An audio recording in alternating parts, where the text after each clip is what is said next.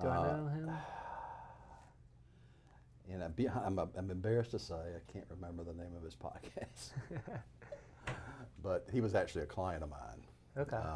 Is it kind of like a small business entrepreneurship yeah, type deal? exactly. So we were talking about all that kind of stuff. So it was it was good. It was fun. Good. Well, you're an old. Wasn't quite this fancy. Well, you're an old pro now. I mean, you'll be ready. Well, I don't know about that. It's pretty funny. I think most of the folks that have been on the podcast, it's everybody's like first time being on the podcast, and so it's, I don't know, it's everybody. It's a cool way to get people to have a conversation with me. Because it's like, oh yeah, you want to be on a podcast? It's like, okay, that's cool. Yeah. So no, it's good, and we appreciate the opportunity too. It's always good to, we've been here for like 40 years now. 40 years. And it seems like we're still a secret, It's like, how can that be? Well, it is. It's the more we can get out there and have these conversations and yeah. network in the community and all the things we try to do, we just need to do more of it, I guess. That's the key.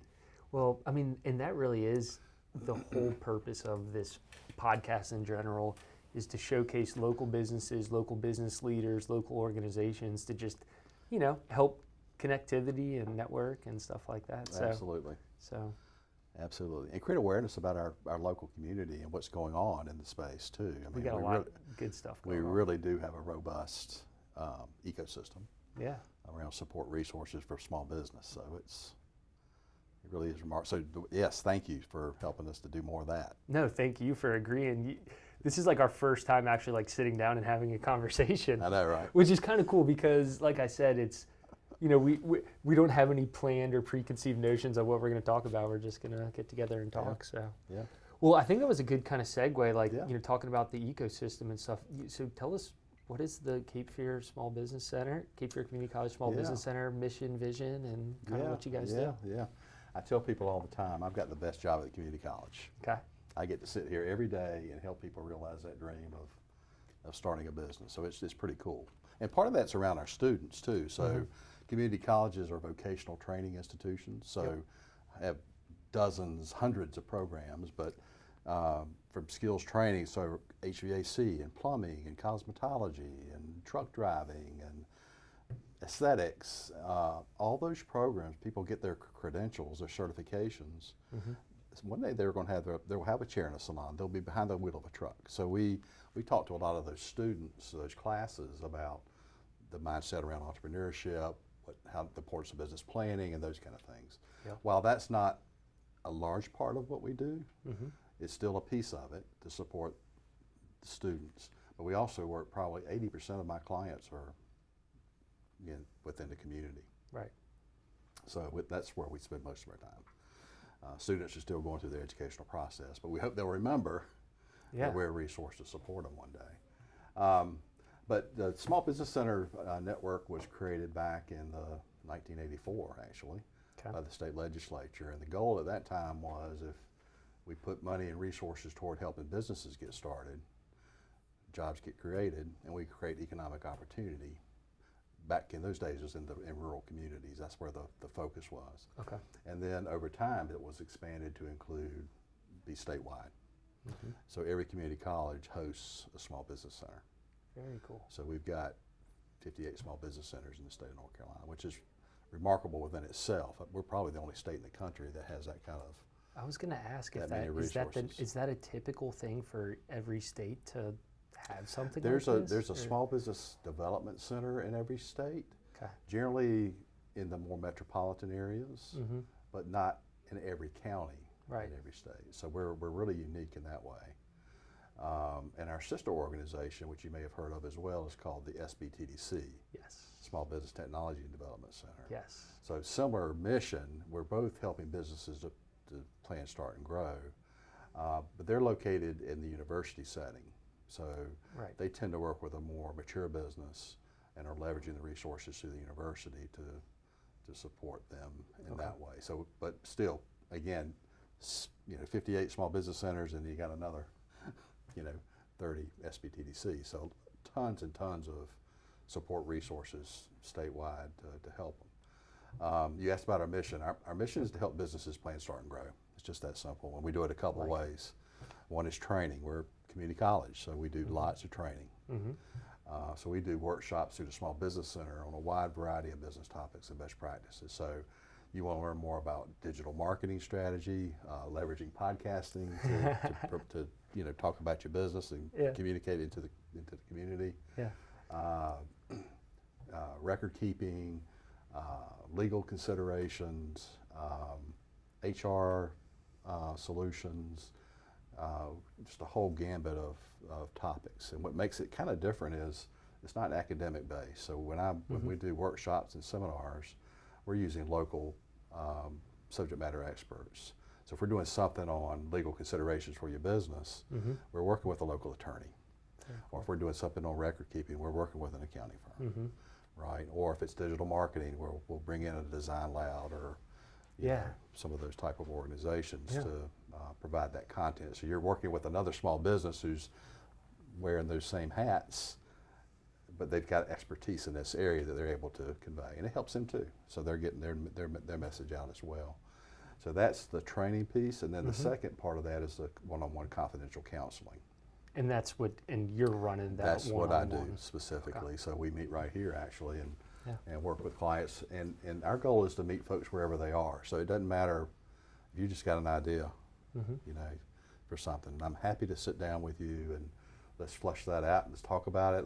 What are the next steps we need to consider?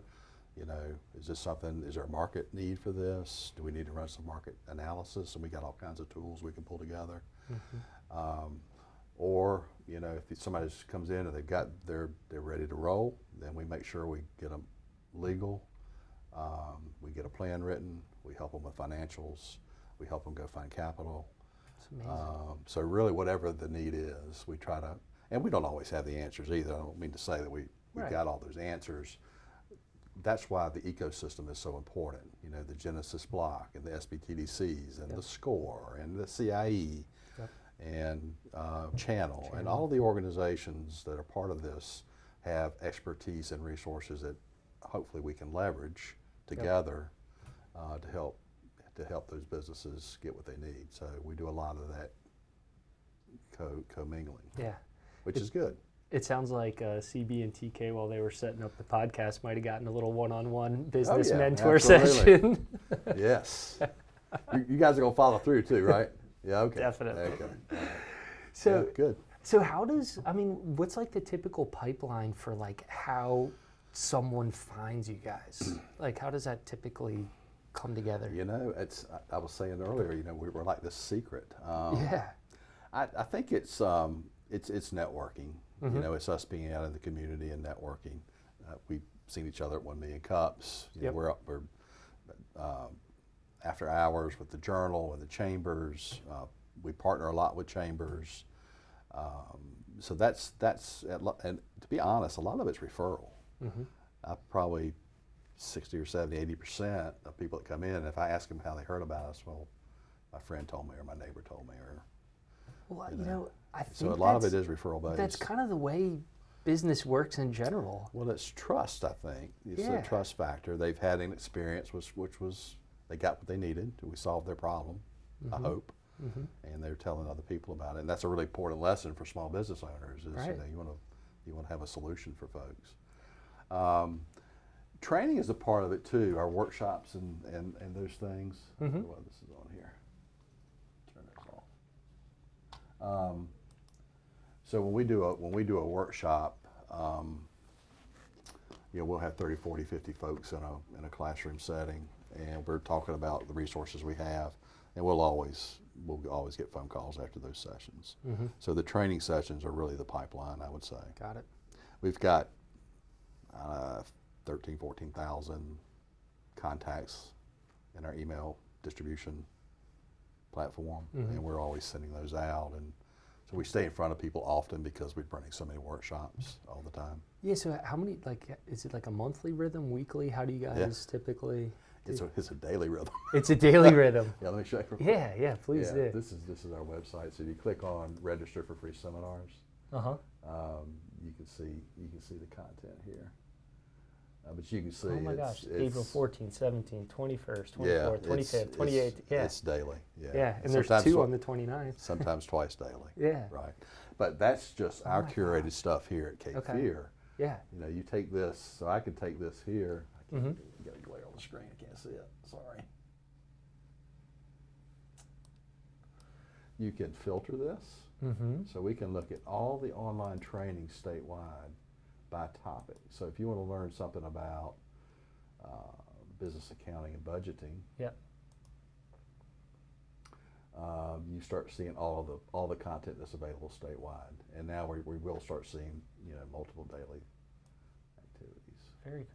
Yeah, so this isn't even just the Cape Fear Community College. This is statewide. This is all the content statewide. So How neat. tons of resources. And what I didn't say was it's all 100% no charge. Yeah. It's all free. Well, it's so. I mean, again, like you said, it's one of the best kept secrets in town. But you know, when I was starting my business, I didn't even know. And we get people that contact us all the time and ask these questions. And ever since I did a podcast with Heather at the CIE like a couple months ago, she started telling me about the SBTDC and you as well. I was like, oh my gosh, like Yeah, right. I'm just starting to tell people that, hey, go talk with these folks. They're experts and they're not going to charge you anything to help you get started. And that's why we started this group called the Coalition. I don't know if that has been mentioned in other settings or not. Yeah, it has. Yeah, and I wanted to talk to you about that. So let's talk about it now since you're bringing it up. That's perfect. But to that point, you know, we formed a coalition with the goal being to create more awareness about the resources that are available to support small businesses. Yep. So when I first started in this role here at Cape Fear, I was like, dang, there's a lot of really good resources. I was like, can I be successful with all this other stuff going on? Mm-hmm. But what I quickly realized was we weren't really working together. I wouldn't say it was competitive. It was just everybody was kind of doing their thing in their own silo, if you will. Mm-hmm. I was like, what if we can get everybody together at the same table and just create greater awareness amongst ourselves of what each one does? Because we all have the same mission. We're all helping businesses plan, start, and grow, right? We have different approaches, different expertise, community college, university, channels, more of a banking background, right? Genesis Block is working with underserved businesses more so, and we all do. But again, they have their specific niches. What if we brought everybody together and we all started working collaboratively and leveraging resources? You know, we could do so much more together than we could as any individual organization, and thus create more awareness and, you know, have a greater impact on the community. So that's kind of how we started that process. And So I think it's been good. I think it's amazing. It's been good for the community. And I've gotten to know quite a few of the folks in the coalition. How did you guys? How often do you guys meet, or kind of how do the governance Once for a the month. coalition? And It's a month. Governance. We've been meeting monthly now for, I guess, going on 7 years, and I don't think we've missed a month, or maybe there was one or two. Well, disasters or COVID or something, but even did those on virtual. You know, in the early days, it was very ad hoc. You know, there really wasn't a leader or anything. We'd all just kind of would just get together. Over the years, we've gotten more structure around it, which I think has been good. So there's a chairperson and a committee, different committees and things.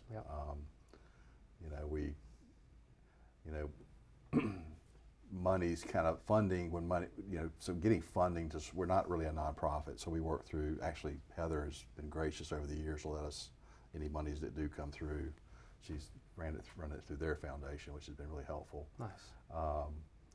But that's how it has kind of happened. Just kind of loose, but still, I think effective. Yeah.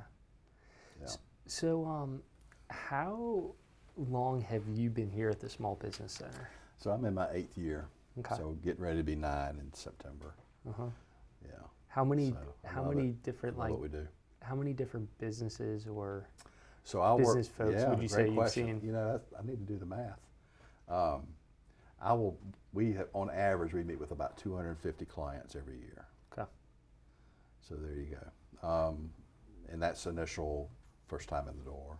Mm-hmm. So, you know, we'll actually have probably 500 counseling sessions. So either those new ones are coming in a second time, or we got other clients coming in for follow-up sessions. So about 500 sessions every year. Wow. So yeah, I mean that's So 4,000 sessions, 8 years. Yeah, roughly. right. Yeah. So we do a lot of it. It's and it's a ton of fun too. Yeah. It's fun helping people. What's your favorite part of what you do? Just helping them, just getting over the hump, and you know, just feeling confident about going and doing it. If we can give them that confidence to take that step, Mm-hmm.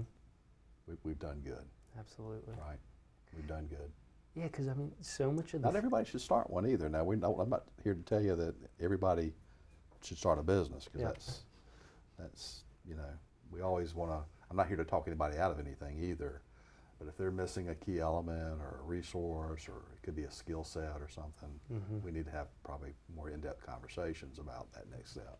Interesting. Right. So, you know, so I can pretty much gauge within 30 seconds of our meeting. Yeah. What do those meetings look like typically? How do you start those off?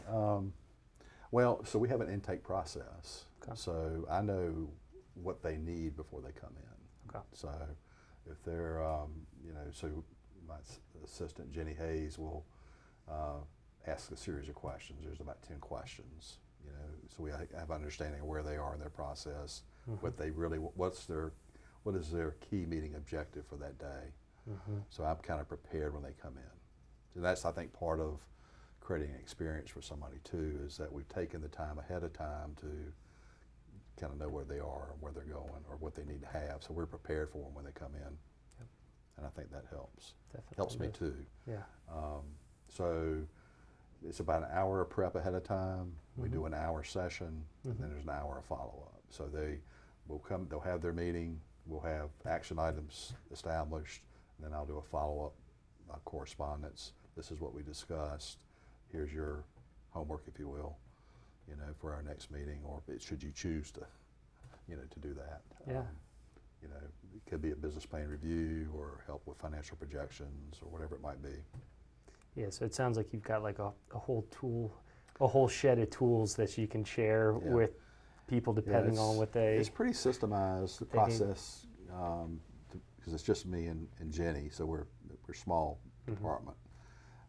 So we're pretty efficient with how we roll. It works well. It really does. That's great. Yeah. I mean, one of the things about starting a business is just the fear of the unknown. You know, you don't know what you don't know.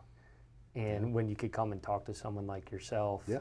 and point out, like, hey, you really actually don't need to be worried about that. What you need to be worried about is this one over That's right. here. You know? Well, that's what I'm saying. I think it gives them the confidence, because they're kind of hesitant. They think they've thought through it, but they're not sure. And if we can kind of confirm that for them sometimes, Yeah. boy, they leave here with, let's go, let's giddy up.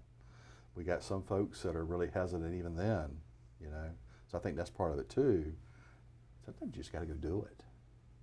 You know, we can write a plan all you want, but if that's all you're going to do, Yeah. you know, you'll never know. Let's Yeah. go do it. Yeah. Let's put ourselves out there, you Yeah. know. So, I mean, my chart back here, you know, forget the mistake, remember the lesson. I mean, There you that's go. part of the learning process too, right? You want to Yeah. go out there and you're going to make mistakes. There's no silver bullet to starting a business, to me, providing guidance, Nope. right? And that's another reason why the coalition's important, is it's really good to get different perspectives, because there is no silver bullet here. Mhm. You know, so get different perspectives. You know, I encourage that. Definitely.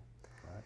Yeah, it's interesting how you know, mistakes typically are some of the most pivotal learning points, at least in my experience. You know, because it's a good, you learn pretty quick. You do, and it ain't going to happen again, right? So Yeah. it's particularly if money's on the table or something, you learn, and it's, like I say, there's no way you're going to be an expert at everything. Mm-hmm. There's just no way. So, and that's one of the things we'll do too in some of these early sessions. We'll do what we call a SWOT analysis. for the individual. So, you know, what are your core strengths? You know, what are the things we can really leverage for your business? What are those core strengths? And then what are those weaknesses? Oh, so you know, you're I can't tell you how many people tell me they hate selling. They don't want to sell. It's like, it's gonna be hard. You got to put yourself out there, y'all. Come on. Yeah. But you know, it could be selling, it could be marketing, it could be accounting. And you know, if there's anything that's a weakness, we need to work on that stuff. We need to lean into it and do what with it? We need to turn it into a strength. Yep. Or something that's not pulling or holding us back. Yep. So, you know, helping them understand, hey, we need to, I hate put myself out there. Well, you need to start going to chamber events and journal events and just start just doing it. Yeah. Just lean into it. Yeah. Get comfortable doing it. So. I like your comment about sometimes you just, you got to go do it. You know, we could sit here and plan forever, but until you go out and try to test this thesis out, you know. You got to put yourself out there and just see what you can do with it. Yeah. And maybe we need to be careful and be conservative around that, and not spend a lot of money, you know, or have a brick and mortar facility or something. Just go out there and do what you're doing. Yeah. And just see if there's a market for it. Yeah. You know, and that'll save you a lot of headache too if you realize, hey, this is probably a mistake. Yeah, and I mean, the sooner you make those mistakes, or the sooner you find an issue with your idea or plan, the sooner you can pivot and try to, you know, go. There you go. Yeah. So having a plan is really important here too. Yeah. You know, so planning, putting yourself out there. You know, you do those things, you're probably gonna be all right. Yeah. So how did you get to the position of doing what you're doing now? Well, it's been a road. I had a manufacturing company here in the area for 20 years. Okay. Even before then, my wife and I had a little retail shop downtown. Really, my wife. I was like the help, the inventory guy to take stuff to people. What kind of shop was counter. It was like a little tabletops, high-end, you know, dishes and nice pine furniture and kind of that kind of stuff. Sounds like something my wife would really enjoy. Chandler's Wharf. Yeah, definitely. So we kind of did that for a couple of years, and I was doing my thing and sold that business and felt like I was too young to be retired. The manufacturing business? Manufacturing business. What type of stuff were you guys manufacturing? So tools and fasteners for the installation of tongue and groove hardwood flooring. So it was a niche, the specialty nail and the tools for driving that fastener into wood flooring. Awesome. Sold all over the country, Europe. Have a little tiger by the tail. That's awesome. Had 50 employees. Wow. So I had the opportunity to wear lots of different hats.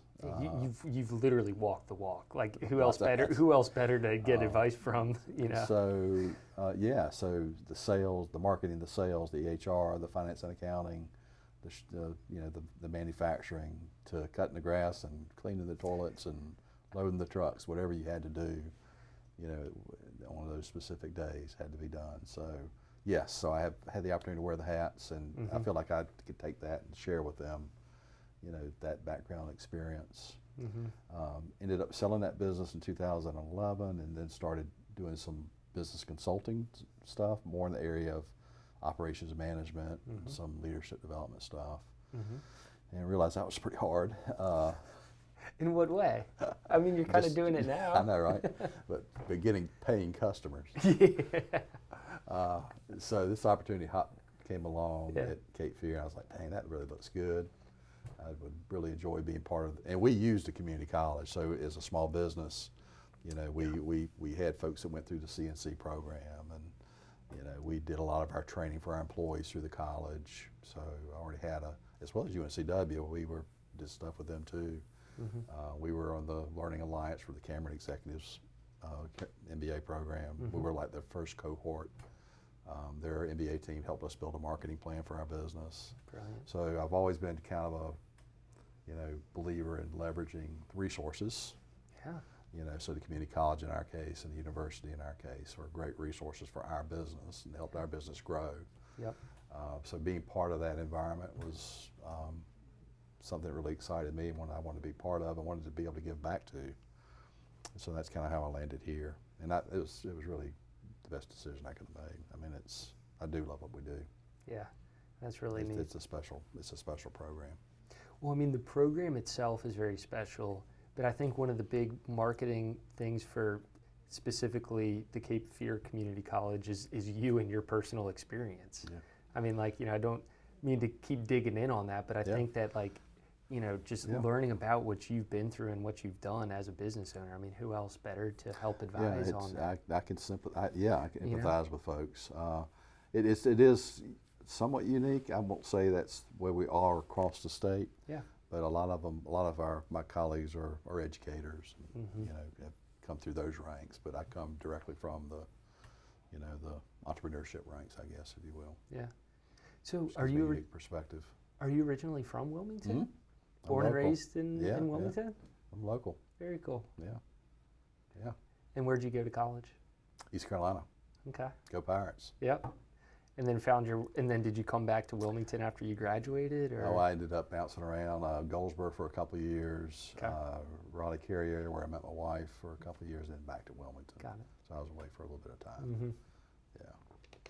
Yeah. Yeah, I found UNCW. I moved down here from Maryland to go to UNCW, and that's where I met my wife. And like the whole time I was like, all right, how do I make Wilmington my long-term home? Right. Right. That's the way it happens here. Yeah. It's that quality of place. People come here and they want to be here. Yeah. Right. It's special. And for sure. I graduated in 2011, and there was some stuff going on, but if you look at where we are now, I mean, the amount of things that are going on here in the Greater Wilmington area is just amazing. Oh man, let me take you back to the 70s. Yeah, tell me. Yeah, tell me. Oh Lord, the guys are laughing back there. You didn't want to come downtown.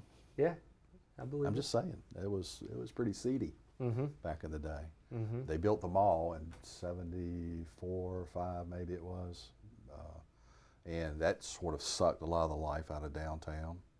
The Belks went to the mall, and a lot of the higher end little retail shops went to the mall, and downtown really took a slide.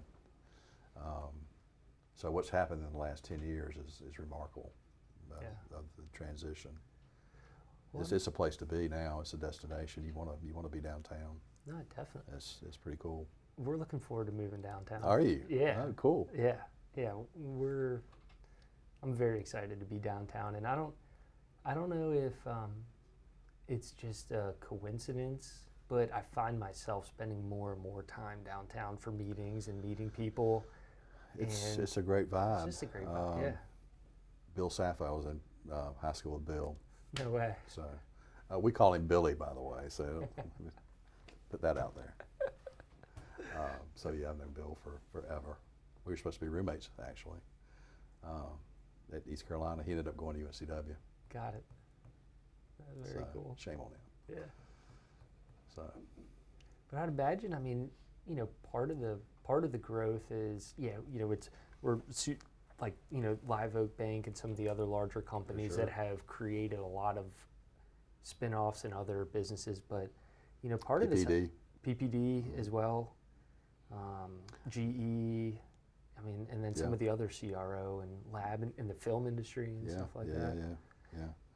But I gotta think that the work that you guys are doing and with the coalition and in the chamber and is a big part of what's going on.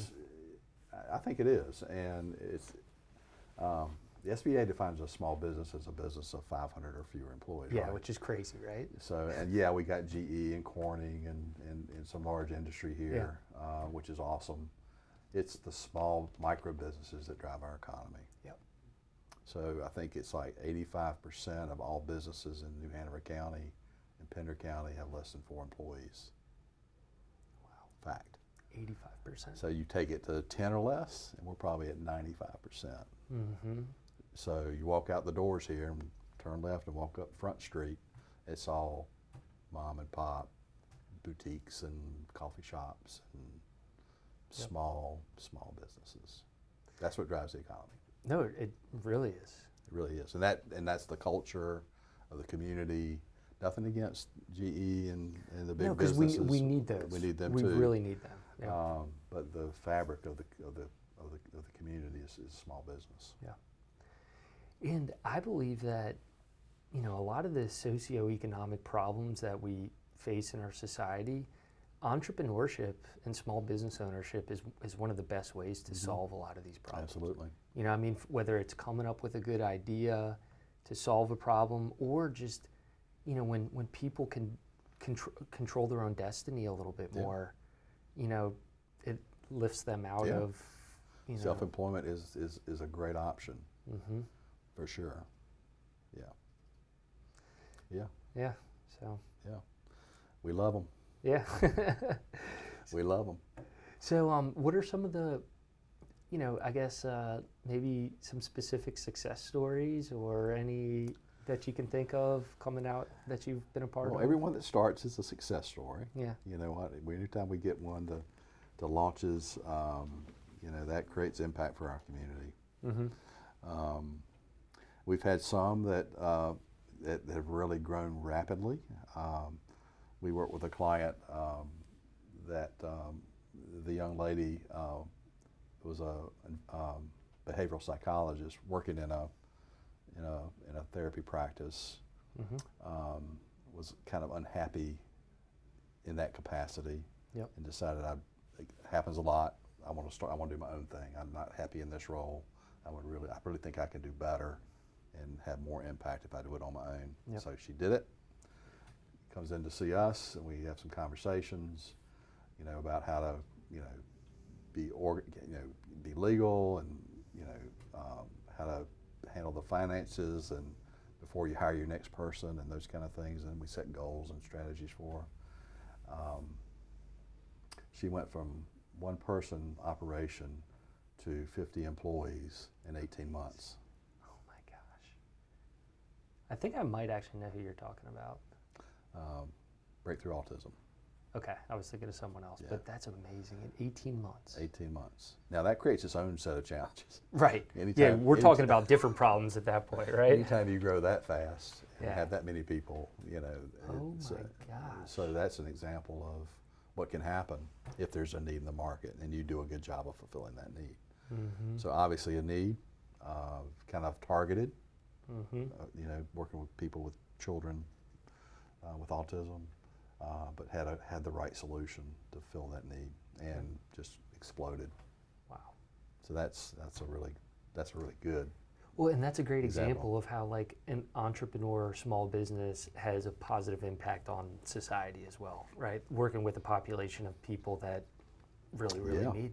Absolutely, really a mission-based type business. And then empowering and creating jobs as well. I mean, so solving a real problem for somebody, and that's a problem. That's a real challenge for folks. So again, that need in the market is really important.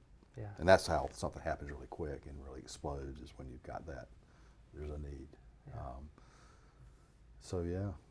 We see a lot of different things. A lot of service-based businesses. I'd say that's probably the largest, most probably 90% of what people we talk to are service-based businesses. Food services, cleaning services, you know, mental health services. Seriously. Seriously. That's who there's a gal that I know who started a you know, kind of like therapy and I don't want to call it psychiatry, but you know, like mental holistic wellness, mental health wellness. Yep. In her business that's kind of who I thought you were talking about. I'd say it's weekly, which that surprises me that we'd have that many folks, you know, working with mental health. But there's a real need for it. There's a demand for it. There is. We're all working hard. I guess we're all stressed out. We need that help. Yeah. Whether it's, you know, yoga, Pilates, or something more, you know, mental health related. No, so, exactly. Yeah. So a lot of in the holistic wellness space for sure. But that, you know, our economy being, you know, tourism, hospitality and tourism based, I think drives a lot of that too. So food services, you know, we do a lot there. So yeah. And what about home services, HVAC, plumbers, electricians, that type of stuff? All that stuff. Yeah. Yeah. Again, service-based businesses. Mm-hmm. Do you ever have people that come through and they're kind of like, I want to start a business, I don't really know what I should start. Here's what I'm good at. Or do you have to like really have more of a concrete idea to be able to get in and talk with you guys? We have some of it. People are looking for something to do and not quite sure what. So we'll talk about that. And it usually revolves around, what's your expertise? What skills? What's your background? What are some things maybe we could leverage there? Yeah. So helping them kind of navigate that process. Mm-hmm. Or, is there something you want to learn more about? And of course, the community colleges got lots of opportunities there too. Yep. So trying to help them navigate, where to go get more information. Or they have an idea about something, I can do some market analysis on it and see what the trends are in the industry. And is this something you feel like you could, or is it really crowded and those kind of things. So we try to help them navigate the process. A lot of people are looking to buy something.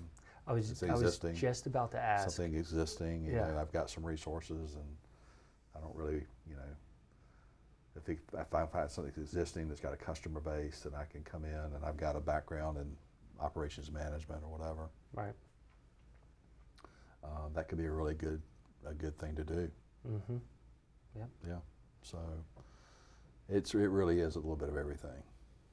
We see it all. Yeah. Sometimes with, I guess, therapists too. Yeah, exactly. It's not always happy around here. I mean, there's some sad, tears get shed sometimes too. Yeah. Or if there's a real problem with the business, that could be tough. That could be tough. Do you want to continue down this path, or do we need to go ahead and cut bait and keep it from getting worse? Right, exactly. Yeah, that's. So we have some of those tough conversations too. Mm-hmm. That's hard. Because everything's been put into it. Yeah. And they're sold in some cases. Yeah. So those are tough ones, but probably the best is we need to go ahead and we don't want to make it worse. Yeah. Yeah, that's got to be. Yeah, that's got to be. Those are tough ones. Difficult situation. Yeah. What are some of the? What would you be able to put into like different buckets, like the types of? You've already mentioned service-based businesses as a big one, but any way you could drill down a little bit more, like kind of within services, like what are some of the big topics? A lot of food service. A lot of food service. A lot of folks love to grill on the weekend and think they want to turn that into a. Yeah. So. Yeah. So food services is a big one. So it could be catering, or they want to open a restaurant. But food services can be really tough. It's hard to get funding. Yeah. They're risky. So that makes it even more difficult. And if you don't understand the industry or you haven't worked in the industry. I was going to say, first question is, have you ever worked in the food industry? Then that's the question I usually ask them at this barbecue question. Yeah. What have you done to food services, or have you ever worked in a restaurant? Yeah. And no, but I think I can do it. So it's that's a tough one, because food service. I mean, it's restaurants. It's a balance of food and labor to meet the need for your client or the people coming in. So you may have 300 people on Tuesday and 10 people on Wednesday, but you're staffed up for the 300 and the food for 300, but Wednesday didn't happen, right? So it's just really hard. Profitability is really hard for a restaurant. You got to dial that in, know what your forecast is, and staff it with food and people accordingly. So that's being able to do the analytics around, maybe from a history. Yeah, we can look at it by the day and by the hour of what the demand looks like. So we're prepared every day moving forward, to fill that pipeline correctly. So that's what happens typically with a restaurant. It's that, we call it prime cost, but it's the food and labor cost that bite them. Yeah. Well, the way you explain that, it's not much different than a manufacturing line, right? You've got raw materials and you got people, and then It is. are we making to stock or are we making to order, and It how do is. we balance That's that right. that No, finished good inventory? Exactly, it is. Yeah. And it's really having your eye on the costs. Mm-hmm. And in our business, the manufacturing business, I'd get a monthly spreadsheet of every nut and bolt and what our cost on that nut and bolt was last year and year to date. And if I saw any kind of variance in those costs, we were making decisions or asking the question as to why that changed, because our margins, we want to make sure we maintain a certain margin. Yep. And I think that's what I find to be one of the greatest challenges that most businesses face is they really don't understand their cost. Mm. They don't do a good job of record keeping. Yep. And that happens a lot. People will come in existing business, and my first question to them is, how's your business doing? I don't know. I'm not sure. I don't know. Do you have any financials we can look at? I don't. That's going to be a problem. That's going to be a problem. That's going to be a problem. So, we spend a lot of time with folks on understanding the importance of record keeping and documenting what you do. Yeah. And understanding what it means, too. Yeah. Well, So. it's funny you say that, because that's pretty much how I started doing what we're doing with bookkeeping and fractional CFO services. I was, because when I was trying to build my business, I was doing all this stuff that you talked about. I was going to every event that I could, just telling people what I do, networking. And talking to small business owners, they talk about the problems that they have, and I'm like, pretty much every one of those could be solved if you had timely and accurate financial information. Yeah. Because you could see it coming. Yeah. You can make a decision based on what's going on. Exactly. If we're 6 months down the road and we're just now realizing we've been losing money for 6 months, yeah. And how do you fix that? Because you don't really know what's causing the problem to begin with. So you're exactly right. It's a management. If you're going to be having a business and manage the business, you got to know how your numbers work. Yeah.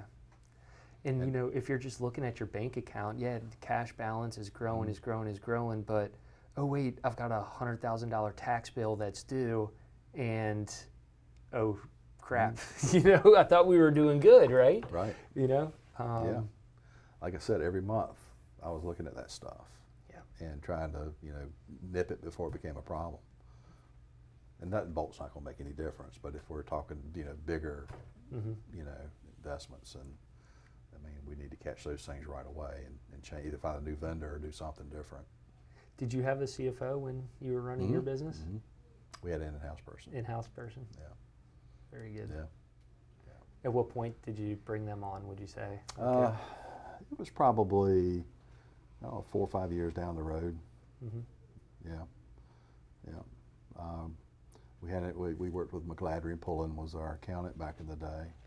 Almost at our time here. Oh no. Yeah, I know, it goes quick.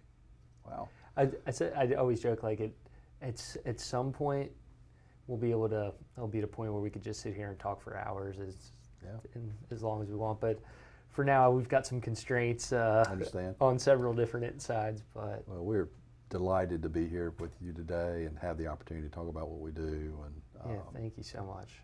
We're here to support the community and help businesses be successful. So reach out to us. Anything we do to help. What's the best way for people to get in touch? Go to the website? Just go to our website, Cape Fear Community College Small Business Center. You can register for counseling right there on the site. Register for any of our workshops. Everything is at no charge. We're here to help you. Awesome.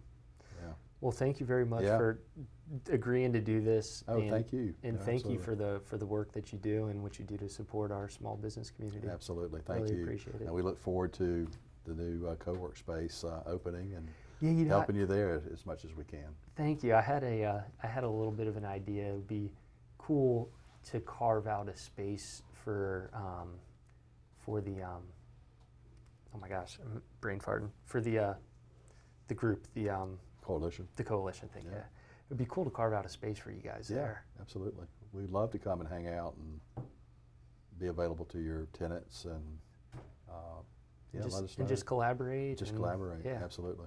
Cool. Absolutely. All right. We'd love that. Well, thanks again, Jerry. Yeah, man. Really appreciate Yeah, it. it's been fun. Yeah. Thank you. Thanks. All right.